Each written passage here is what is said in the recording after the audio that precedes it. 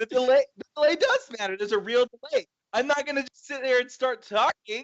I'm gonna let this happen instead, and then I can do the editing later. So you let me do the editing, and I'll worry about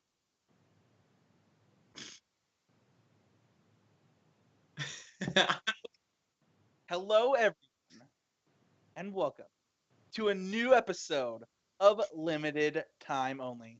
I'm your host, Spencer, and I'm joined by the 150th ranked player in the world, Danny Kethro. By a certain ranking system that I wholeheartedly support. That's not very accurate, but we'll go with it. I like Elo for Magic. I'm surprised that people don't.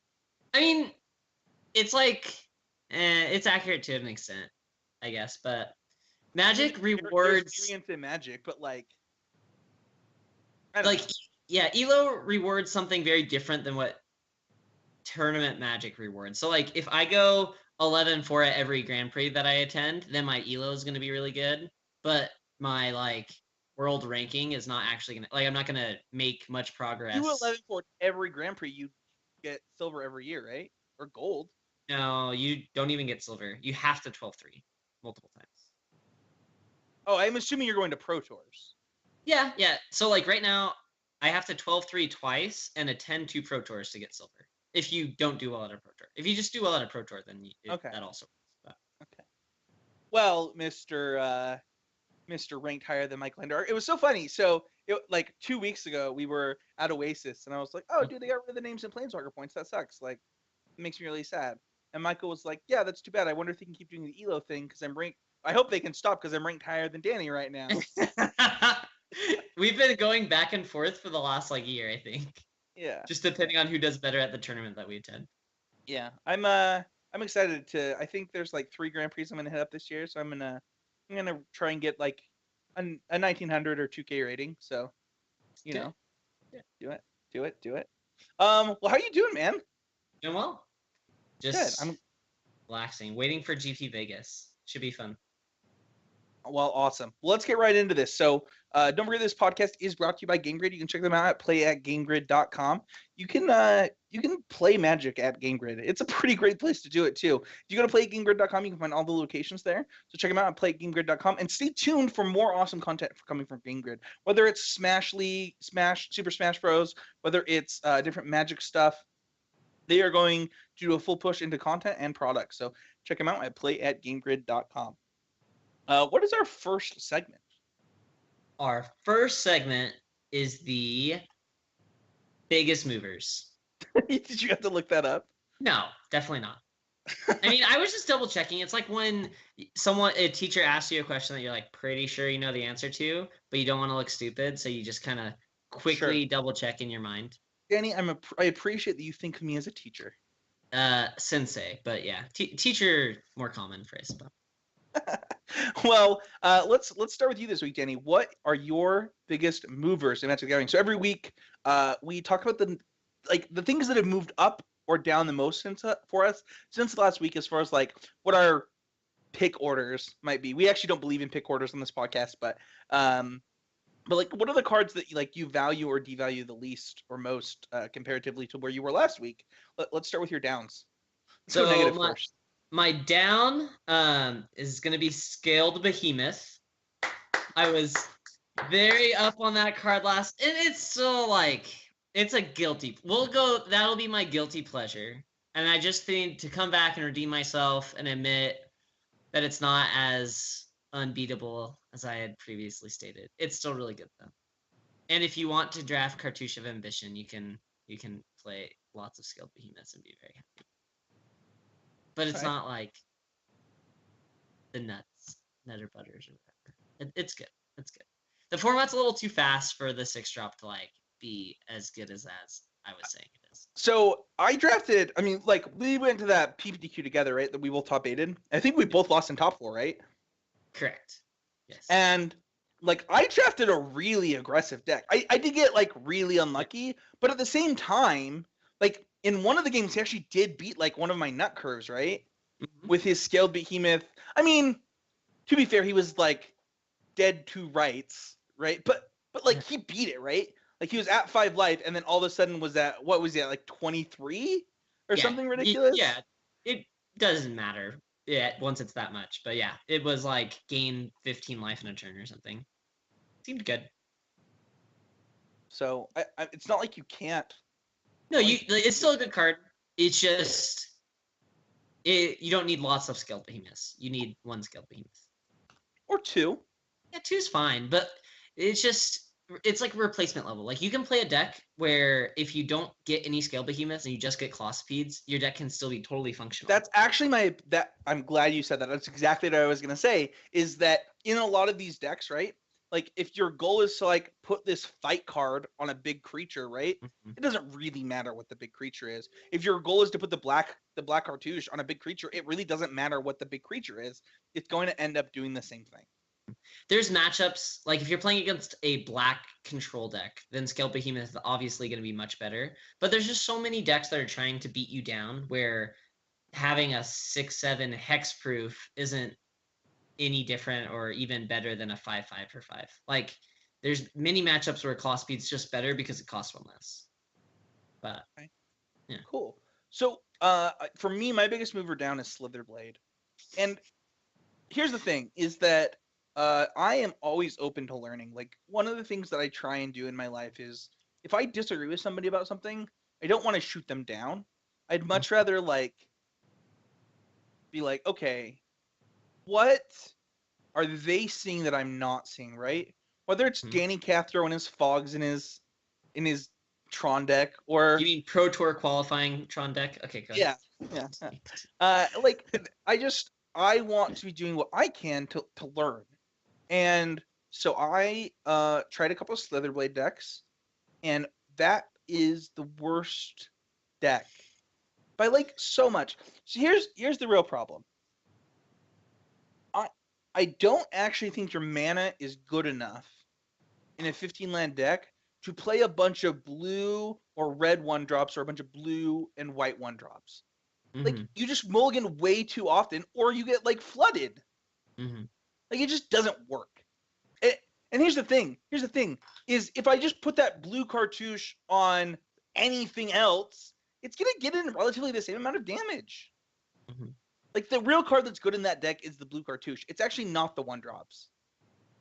Yeah, it's like blue cartouche, and then the Ronas Monument is pretty gross if you have like 12 1-drops in your deck or something. But I think that's how they win a lot of games too, is pumping up their Slitherblade with that.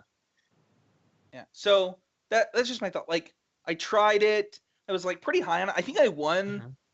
Uh-huh. I won some matches in my first go with it. And then it just like so I think I had 2-1, and then it was like 0-3. And I was like, well, I'm done. I'm just done. Yeah.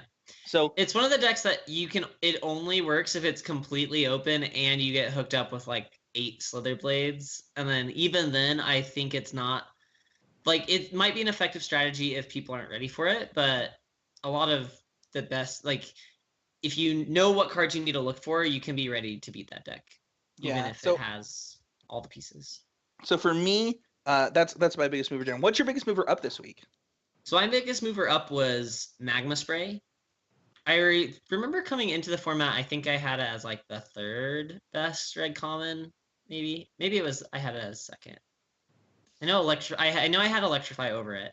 But now I think Magma Spray is just I think it's the best red common. It's just so important. I'm like a little surprised here. You just need Magma Spray. It's so good in every red deck. So if you're aggressive, you want to be playing like your 2-drops and beating down, and then having a 1-mana spell that kills their 2-drop and lets you play another 2-drop in the same turn is huge. And then if you're not aggressive and you're kind of like playing a blue-red spells deck, Magma Spray is one of the best cards in the blue-red spells deck because it kind of gets. I actually think that deck actually has to have multiple Magma Sprays. Yeah, you need like 3 or 4, and then. So, because it's something you play on turn. But okay. I know that's a lot, but you don't actually need 3 or 4. You want to draw 1 or 2 every game, though. Like, yeah, I think you want to draw 1 every game. I think that's true. Yeah. I don't know. I don't really have anything to say. Like having Magma Spray your biggest mover up is like, all right, yeah. Like, I guess if you didn't have it as like one of the top comments, like it just. I think I just like I had it as, oh, this card's really good. And then it's just moved from very good to completely necessary and critical in like every red deck. So I actually want to change mine. I actually have two biggest movers up, and I was actually going to save the next one for next week, but that actually just sounds stupid. I don't know why I would do that. So I have two biggest movers up. My first one is specifically for sealed.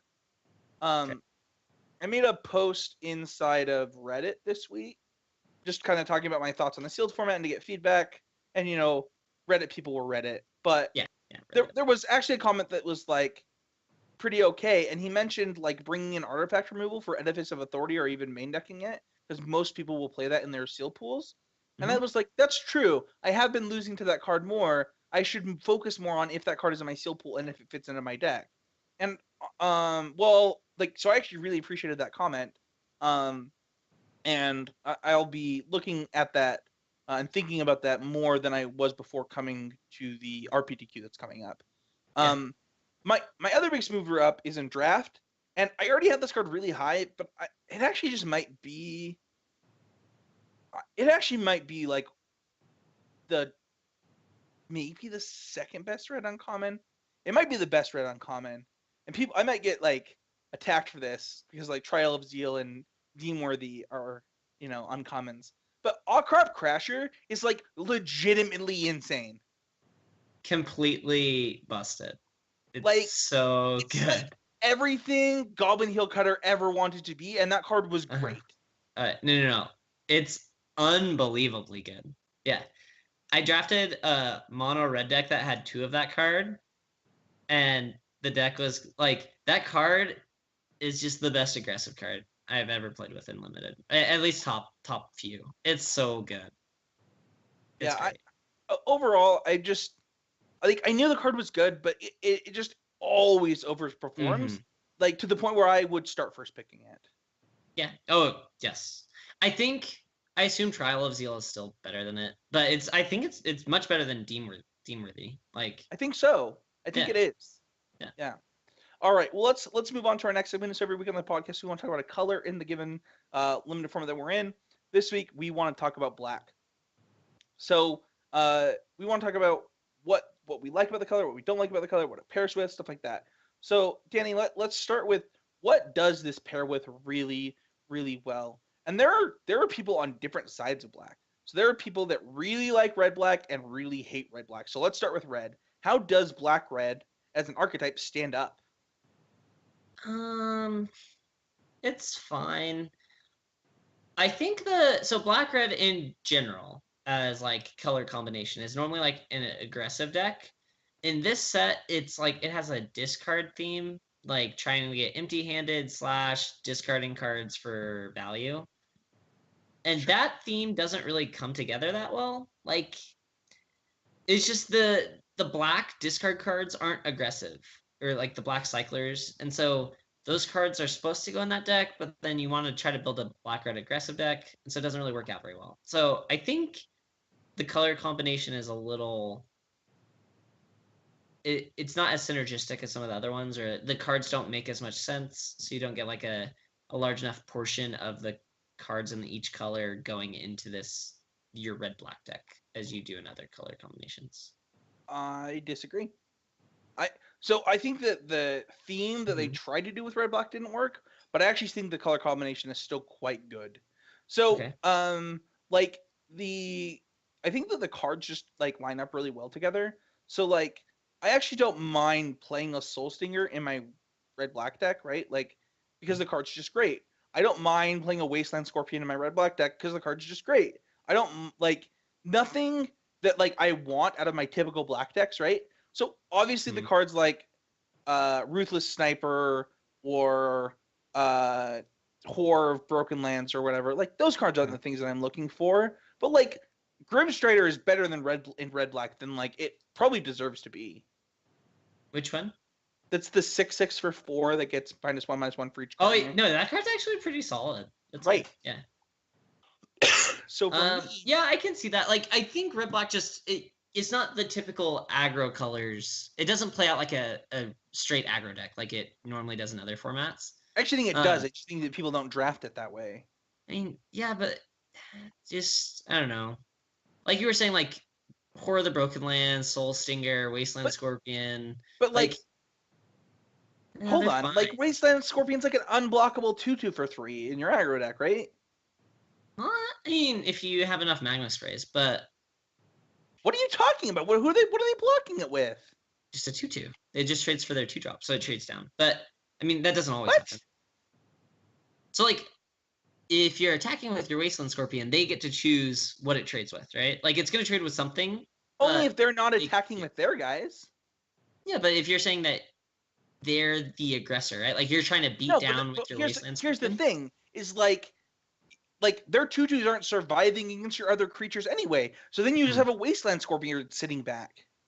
So I've just seen I've seen white be the best base color for the aggressive decks. And so like red black I'm sure can work out pretty well for you. Like the cards are not like they're not low quality colors. So I'm sure you can get the aggressive decks that work there. But like white has seemed like the better aggressive color to me. Oh, by the way, I'm not saying that black red is like a great deck. I'm saying that people are saying it's a bad deck, and I think they're wrong. Okay, we're probably saying close to the same thing. Where Right. I think it's medium, and you are trying to say it's medium, but I think it's like high medium. okay. Yeah, I'm probably a little lower, but I mean the black red uncommon is amazing in a set where a lot of the multicolor cards aren't that impressive. So that's like a big plus. Like if you're in black red and you get 2 of the 4/2 that discards to put -1/-1 counters, like that card is good. And if you're in like blue white, you get a somewhat playable blue white card. Like there's lots of other color combinations whose multicolor card just kind of sucks. And so, which is weird. Normally they're all just broken, but this one is like significantly better than all of the others. So that's a benefit. Moving on from red black, I do think that green black is worse in this format than I wanted it to be. I really wanted it to be like a really fun, sweet deck. It can still be good. Like if you get the nut green black deck, it's like still really fun, and it's probably like a 2/1 deck a lot of the time. I think like, the nut green black deck is like really good, right? But yeah, but like green black as an archetype is probably more of a 2/1 deck than a 3/0. Yeah, normally it just kind of it's not super aggressive, it's not super controlling. It's kind of like the mid-range deck that gets kind of tries to combo off with its synergy. And we can talk about white black. White black is the most offensive color combination in Magic. You should never play it, draft it, do anything with it. It's like just like an abhorrent thing that you shouldn't try and do. It's kind of decent in this format though. Like I don't think it is. It's dependent on it's like an uncommon dependent deck though. Like if 3 Lord of the Accursed are open at your draft, then the white black player is really, really happy. Like yeah, but it's so hard to know to be in that deck. That's the problem. Yeah, like, I think white black is passable. That you can draft white black and draft like the zombies deck, and then sometimes your zombie deck will be medium if those cards aren't opened in high numbers, and then if they are, then you get paid off and have a really good deck. Okay. But I think most people like white black more than I do or you do, and so it's overdrafted compared it's easy to like white black more than I like white black. Yeah, that's true. I do think that the color combination is overdrafted. Like people are really high on it. That's my problem. Is like so often they have 2 decks just jammed together, right? They're like, I have all these zombies creatures and then Dune Beetles, and it's like, what are you doing? Yeah. I don't know. But like, it's this weird. zombie deck, like Gravedigger is a zombie that they play in their zombie. Like that is so weird. I mean, Gravedigger's pretty good though. It is, but like, what are they trying to do? Yeah, it just tries to win with like it just kind of outvalue you, and then. But it doesn't work. That's the problem. Like, obviously, like if you open the Black God, right? Mm-hmm. Like, then your deck is just sweet. But like that just doesn't happen that often. I will say this. The other problem that I have is like the cartouches are like some of the best commons in the set, and the black and white cartouches don't go very well together. Yeah, the white cartouche is not great in that deck at all. It's like pretty bad. So the white cartouche is only good in the really aggro decks. That's why like the white red color combination, you get both of the aggro cartouches, which is nice. The black cartouche works well in white black. No, it does, but like you're like missing out on like one of the more powerful color combat. Like the commons don't line up well. You kind of said that, right? Like it's this uncommon dictated deck. It's similar to like blue red, right? Where it's like you need a high amount of like the good commons and then your uncommons kind of build your deck for you. But the problem is like you don't get the same payoff in this deck that you do in blue red. Yeah, you kind of I guess like the one you get like Binding Mummy as like your payoff. And then you can do cool things with Doom Dissenter. That I mean, That's true. It doesn't But that's even true. use white. That's mostly just black But cards. that's like true in green black too, right? So Yeah, it's better in green black actually. Yeah, white black is just kind of weird. I can see what you mean. But it does get paid off sometimes if you get multiple Lord of the Curse and the. All right, let's talk about the deck that literally did the best in our Pro Tour camp day, and then also other people after the Pro Tour were talking about this deck in our group a lot, and that's blue black. So, all right, like here's the thing is that the times that people draft blue black is because they have not blue black. Yeah. Right? Yeah. They opened an Archfiend or they opened a Drake Haven and they're like, well, I'm drafting blue black, right? So I think that like when Owen Turton will post his stats at the end of the year, his blue black decks are gonna be like this insane win percentage. Uh-huh. And because if you get it, you get it. Right. Yeah. That's like the only time you draft blue black is when you get one of the not rares. It's really true. Like a non-rare blue black deck literally doesn't function. Like, but if you have a rare, you can find it. Right. So it can be Cultivator of Mysteries, it can be Drake Haven, it can be Archfiend. It's mostly Archfiend, but it can technically. I think Drake Haven is perfectly reasonable. No, Drake Haven too, but the other one is not. The 4/4 flyer is fine, but it's not like. I liked it. You're not gonna go in on blue black. All right, so hold on. You first pick a 4/4 flyer for 4 with this ability. You second pick a ruthless sniper. You 100% are going into this deck. Yeah, and then just hoping to open the Archfiend. You don't even have to hope. Like the 4 mana 5/5, the 5 mana 4/4 is like a totally fine win con in that deck. What do you think of Faith of the Devoted in that deck? I think it's a fine one. Okay. Like you have to have the support, right? Like in the version that doesn't have Drake Haven or Archfiend, like you definitely have to have like it becomes this hand the hand what is I'm losing card names off the top of my head that I've already said on this show too. So like you become a Whore of the Broken Lands. Yes. And a Pitless Vizier deck. More so than you become, but like Pitless Vizier is actually pretty cool. As long as you have Ruthless Sniper and like other stuff that like pays you off, it's still okay. You just want to build that around a rare. But but I find that it's typically a rare that puts you into the deck, which means that because nobody else got that rare, you got the rare at the table. You're going to be the one drafting those cards, right? Like it's generally very open deck. Exactly. If you are the one that's supposed to be drafting it. Exactly. And it just makes like and like who else wants Wander in Deaths? And it's like the best card in your deck. But like it's really good. So I personally blue black is my favorite. Despite what Danny tells you, I will dirtle when dirtling is great. And this is like probably my favorite draft deck in the entire format still. I know the format's fast, but like this deck with the rares can actually beat basically anything. You just play Seeker of Insight, and that card goes off in this deck, which is nice. Yes. Or Ruthless, like turn 1 Ruthless Sniper, like just destroys the aggro decks. Yep. Yeah, it's good, but definitely agree where it generally starts from a very like lopsided beginning. Like you don't fall into blue. Yeah, black. You definitely don't. You're not like, well, I guess I'm drafting blue black. And you also like the two open colors are blue and black. I'll just kind of, no. And I also think that you like don't really force it. Like I think that Ruthless Sniper is a perfectly reasonable pack 1 pick 1. And I think that the rares that we talked about are all pack 1 pick 1s. But like that's it, right? Like those are the cards that might put you into the deck. Yeah.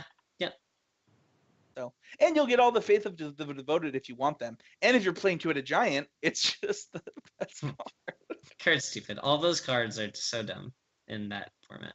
What are the notable commons in this color combination? How do you feel about Final Reward?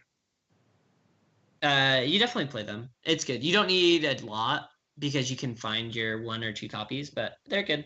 Soul Stinger or Final Reward? Which one do you take? What was that? Soul Stinger or Final Reward? Which one do you take? I take the first Final Reward, but then I would want. You can get more Soul Stingers, so I normally would take the first and second Final Reward, and then I would start taking the Soul Stingers. But okay. Well, yeah, all right. yeah. Shimmer Scale Drake is the main card I like in this. The main common that I really like in this deck. Well, no, but like I'm talking about like just black as in general. Like black in general. Drafting black. Which one of those 2 cards do you take? Yeah. I'm probably still on Final Reward. I would start with Final Reward also. Yeah. I think Black Cartouche is like actually the best black common still.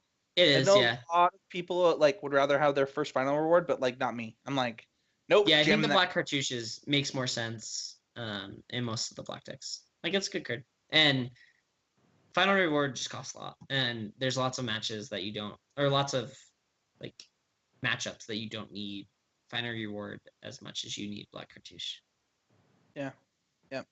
So what are the uncommons? We kind of talked about a few of them, but like when you're opening a pack, what are the key uncommons that you're looking for? I really like Baleful Emmet. Like that card. Yeah, that card's like really powerful. Mm-hmm. That's probably my favorite. I mean, that Lord of the Accursed is really good. It lets you go into the zombies deck because that card is really strong if you're in white black. Like really, really strong. I actually, this is like real talk. I actually do think that Ruthless Sniper is the best black uncommon. I'd probably go with the Baleful Emmet. I think that card is like excellent. Dude, I put the 1/1 counter on my Ruthless Sniper. Hashtag deck building. Genius. You put it on your Doom Dissenter. That's what you do. I honestly like just I actually like black. Like, where do you think black stands? I know a lot of people have mixed feelings on it, but like, I actually like the color. I think it's in the middle. So I think white's the best, and then I think and then red and then black. Yeah. That's fair. I agree with that. All right. Well, that is black in Amonkhet. Let's move on to our training rounds. Every week on the show, we want to talk about something that's going to make you better at Magic or life in general. This week, we're talking about doing speed. Not really. We're actually just talking about speed. No, also not what you think. We're talking about speed of Amonkhet. And Danny, isn't it your job to make the puns on the show? I feel like we take turns. They're not planned. This week is my week. Yeah, it's your week. You're feeling it. Okay. Well, all right. Let's talk about this. So, how fast on a scale of 1 to 10 do you think this format is? We'll start with you, Danny. Okay. So Zendikar cards a 10. Yeah, we need to use. Is it like Kaladesh a 9? Is that okay? Magic Origins is a 9. Magic Origins. Okay. I think it's like a 7. And Rise of Eldrazi is a 1. See, you can only stick the last 2 years, Spencer. I don't. You're there's nothing like Rise of Eldrazi in the last 2 years. BFZ sealed. There we go. BFZ sealed's 2. BFZ sealed. I would probably say it's like a 7. That's the guy that beat me with like the most aggressive deck I've ever played against in BFC sealed. Gotta get him. A 7? Yeah. So the reason why I say that is because you can have decks that aren't fast that have success in this format. You just have to be prepared for the fast decks. So in a given draft pod, multiple decks will be trying to kill you very quickly. And so if you're going to be drafting blue-black, for example, you're going to need to be ready to handle it. But you can have a lot of success drafting blue-black, which I don't think is true in a format that would be rated like a 10. Like a 10 or even a 9, you're just racing. I think that this format is significantly slower than Kaladesh or Ether Revolt. Yes. And like the thing is like they are fast formats, right? Like all of them are like pretty quick, but blue green splash of color is playable in this format as a ramp deck. Like Yeah. you can win a draft with that deck, and that just, despite what other people tell you, unless you were LSV, was just not true in Kaladesh. in Kaladesh. Like your Yeah. win percentage just skyrocketed playing an aggressive deck, right? And I think that your win percentage is higher playing an aggressive deck here, but it's just not like, it's just not the same. Like I would give it like I would probably come to you with a 7. Like I want to say 6, but it sounds too low. So like Yeah. I'd probably go to 7. Mm-hmm. And I think I'm the same. Like I think a lot of the cards are set up to be aggressive. So like Exert is a very aggressive mechanic, but then they put in like so many cards that are just kind of anti-aggro. Like we have Magma Spray. Black has Black Cartouche and Baleful Amet is like life linkers, which really help to like counteract. Like if you face lifelink as an aggressive deck, it's really, really hard to beat. You're like taking a huge step back. So I think they put in enough tools to combat the aggression that you can't really rate it much higher than a 7. Yeah. So let's go on to our next question about the speed of the format. So, which is, what is the speed of the format compared to where you started? So Danny would tell you that I start every format thinking it's lightning fast. That's actually not true. I actually don't think the format's fast. You play it fast. I just start by drafting aggressive decks to feel out how far can I push this. Now, like Danny will tell you I'm like hyper aggressive, right? But like I don't know that I've ever drafted like a 1-drop pack 1 pick 1 in any Pro Tour drafts. Yeah, you're not Slitherblade crazy, but maybe you should be. Who knows? Yeah, maybe if I had figured that out, then people would have done better. Alex would have done better at the Pro Tour. Yeah, we should have thought of it. But here's the thing: is I started out thinking that the format was. I actually thought it was a Colossopede format. Like it was aggressive, right? But like you wanted to be like on the aggressive side of mid range, is what I thought. Yep. And I don't think it's far off. I think we were just kind of like a shade off. So when I was coming into the format, I like cycling is a very slow mechanic.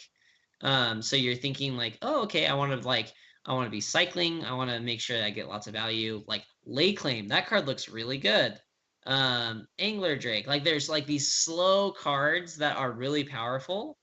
And then, but if the format kind of adjusts for that. So if your mindset is to be cycling and play like trying to cast 6-drops, the best way to beat that is not trying to like outvalue you. It's just trying to get under you. And so that's why I think the format has lots of cards that look slow, but then that rewards the bad looking cards that are actually aggressive, like Bloodlust Insider and Slitherblade. Like those types of strategies can see success because people want to play Lay Claim. Yeah, and that's the other thing is you can't be that fast when like Lay Claim is like a card that you are happy to have in your deck. Exactly. Yeah. Like Lay Claim is very slow. Like cycling for 2 mana is a pretty big cost. That means like at any point before turn like 7 or 8, you're taking off like a good portion of your turn.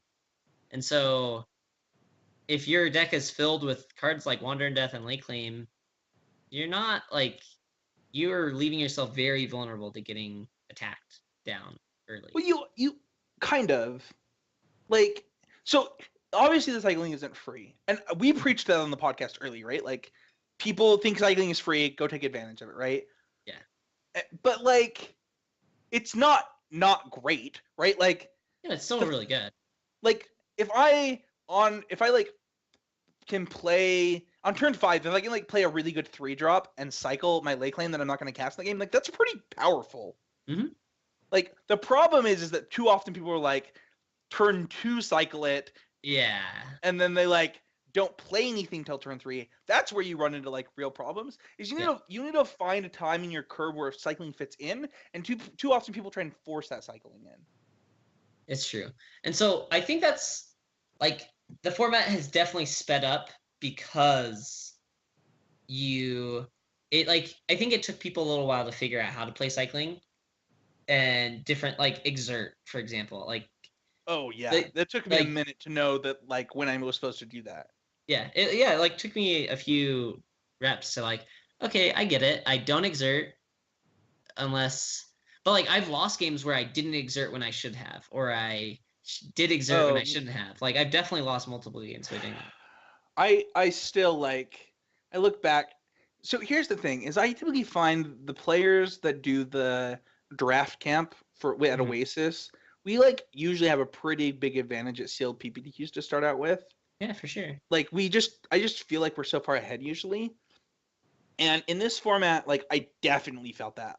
Like I knew how to build my seal pool. I like knew what my opponents were playing. And we get to but like one thing that we definitely didn't figure out, and maybe this is something we can work on for future Pro Tour testing, is like how do we execute on certain aspects of these matches? Like when am I supposed to like clearly there's decision trees that happen throughout a match of limited magic, and we Mhm. should talk more about those decision trees and what we decided and like how often it was right? Because it's Yeah. really easy to be like, well, you need to decide that on an individual basis. But yeah. Yeah, but a I lot don't of the times, like those decision trees come down to how different mechanics in the set interact with each other. Because that's the hardest part about learning a given limited format is you're like trying to get like you have cycling and exert and these new mechanics that you're not used to their interactions. Exert in this format especially. And so you're trying to like figure out, okay, is my Gust Walker supposed to just be flying every other turn, or am I supposed to attack and then use my combat trick to kill their guy? And there's like those are answers that once you play it enough, you kind of get a feel for what the correct answer normally is. yeah.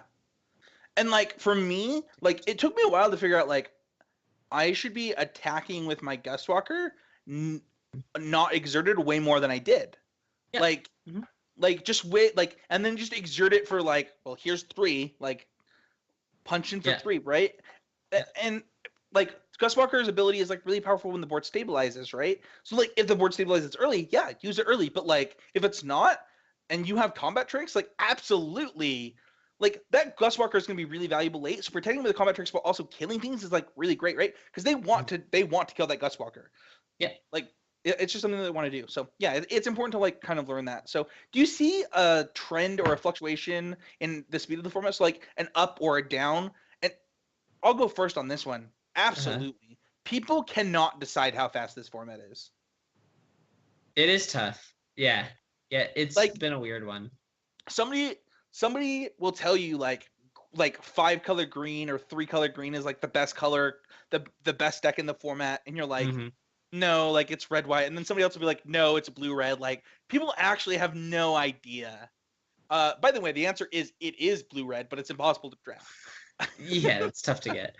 Yeah, I think a lot of it is certain decks are really good, and certain decks depend on opening up a rare that goes in that deck. But then if you do open up that rare, your deck is really powerful.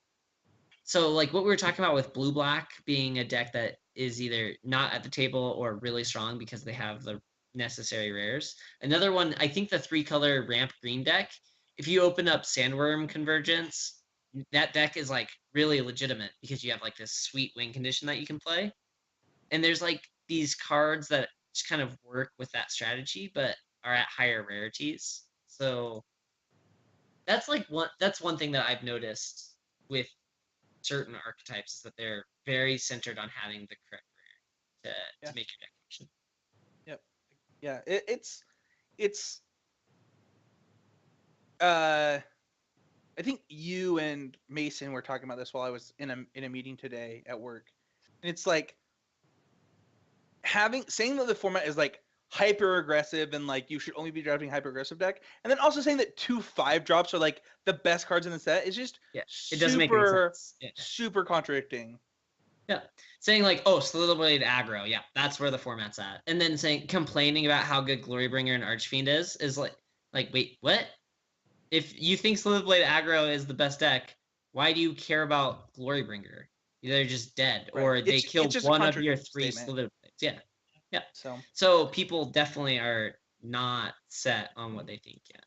So you kind of answered this question earlier in the podcast, but like, how has the speed of the format affected your card evaluation?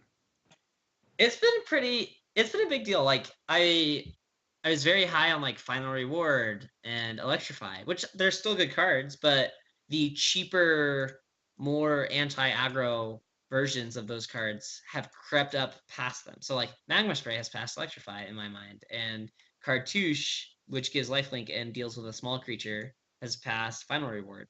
And that's not something that I would have expected at all when we started.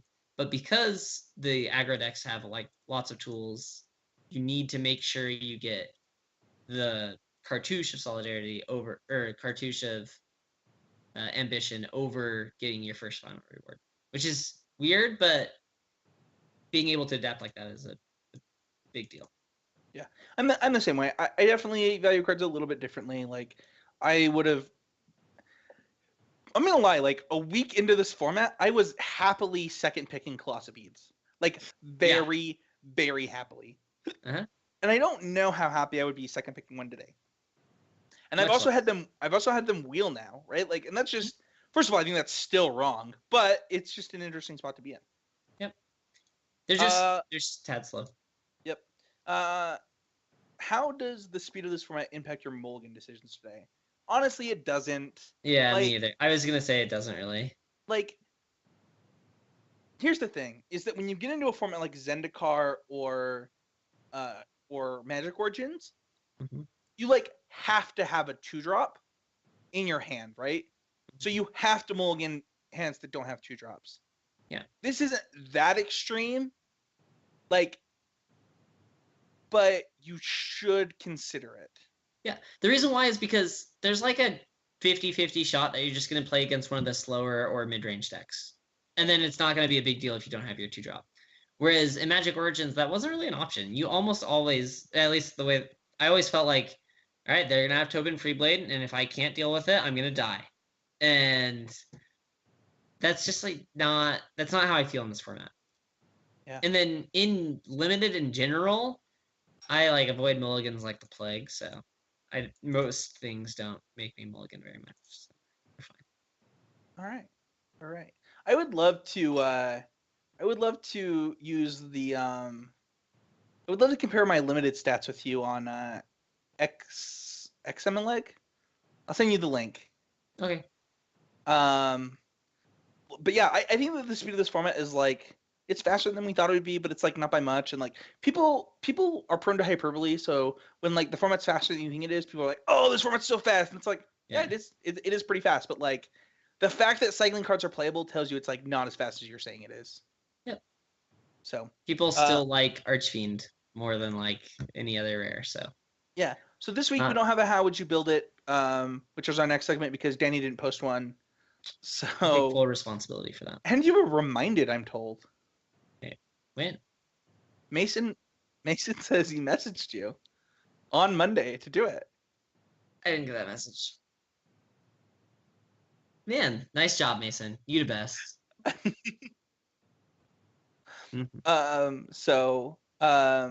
Yeah, so soon we'll be having this podcast will actually be getting a new sponsor soon, so stay tuned for that. You can also check out our Patreon. So if you want to support this podcast directly, you go to patreon.com/ccmtg to become a patron of this show and our entire network. $1 per month or more, anything you see fit is really appreciated. Right now, when I get those notifications, it like legitimately means the world to me. It's something that just tells me that I'm doing something that people appreciate, and it makes me really happy. Like, and I don't know. It's just like man, this person like felt like you deserved $1, and like that's cool. Like that's a cool thing. So I did a poll, a what is your show poll. So I asked patrons, said we're looking to find out which of our shows our patrons most often listen to or watch. And so the options were between constructive criticism, limited time only, and all YouTube content. There were 24 votes. Between I think we have 60 I think we have 69 patrons total. What do you think got the most votes?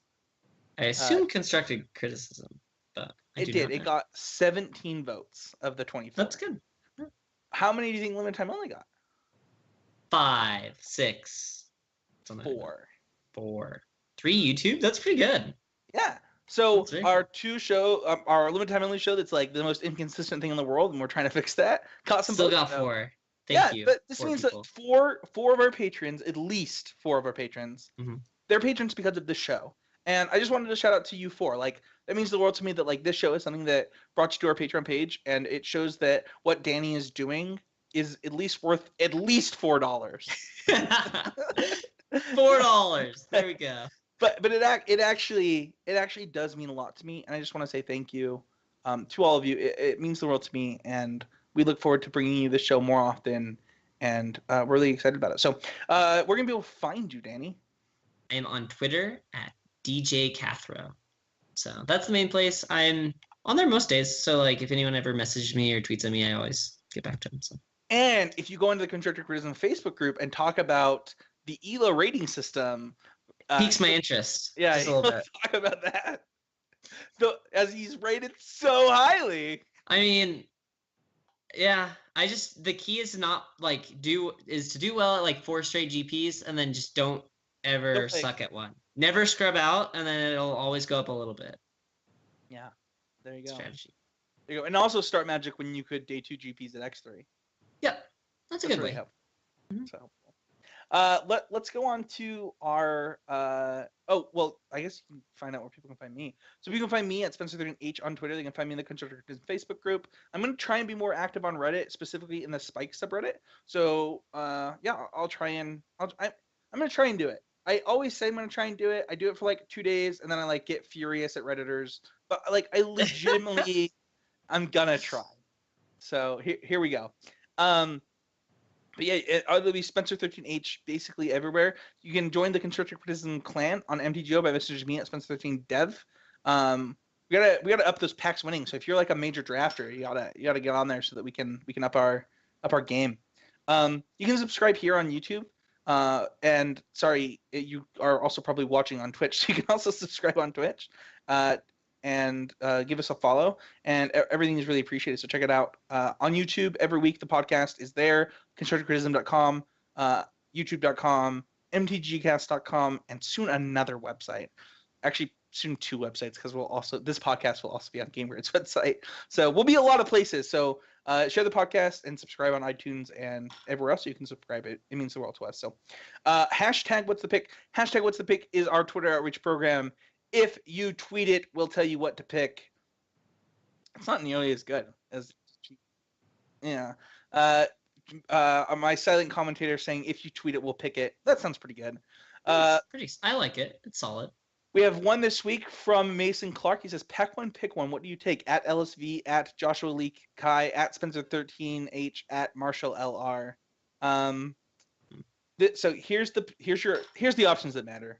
So we have Magma Spray, Gust Walker, and I literally don't know the name of the green block rare. Patra Vizier of Poisons, I think. I'm reading it right now. I actually think so. A lot of people said that you should take the black green rare because it's fun.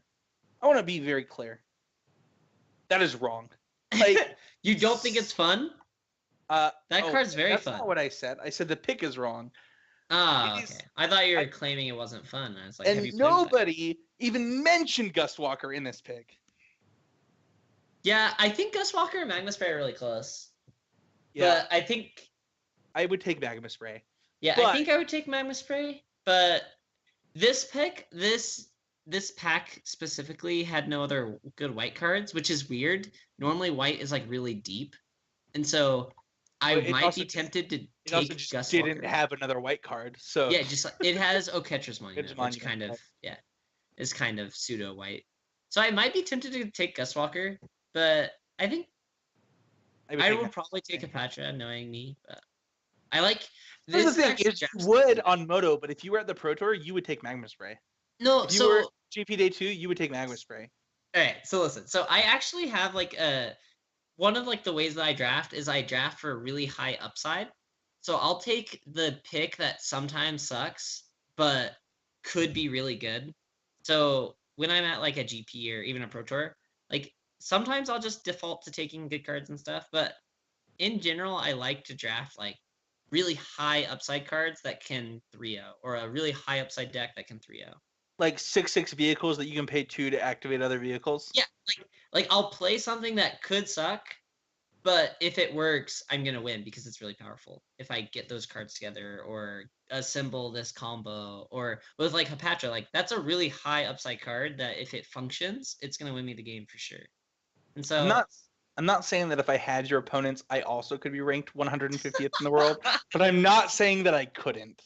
Thank you everybody for watching this week. Thank you everybody for listening.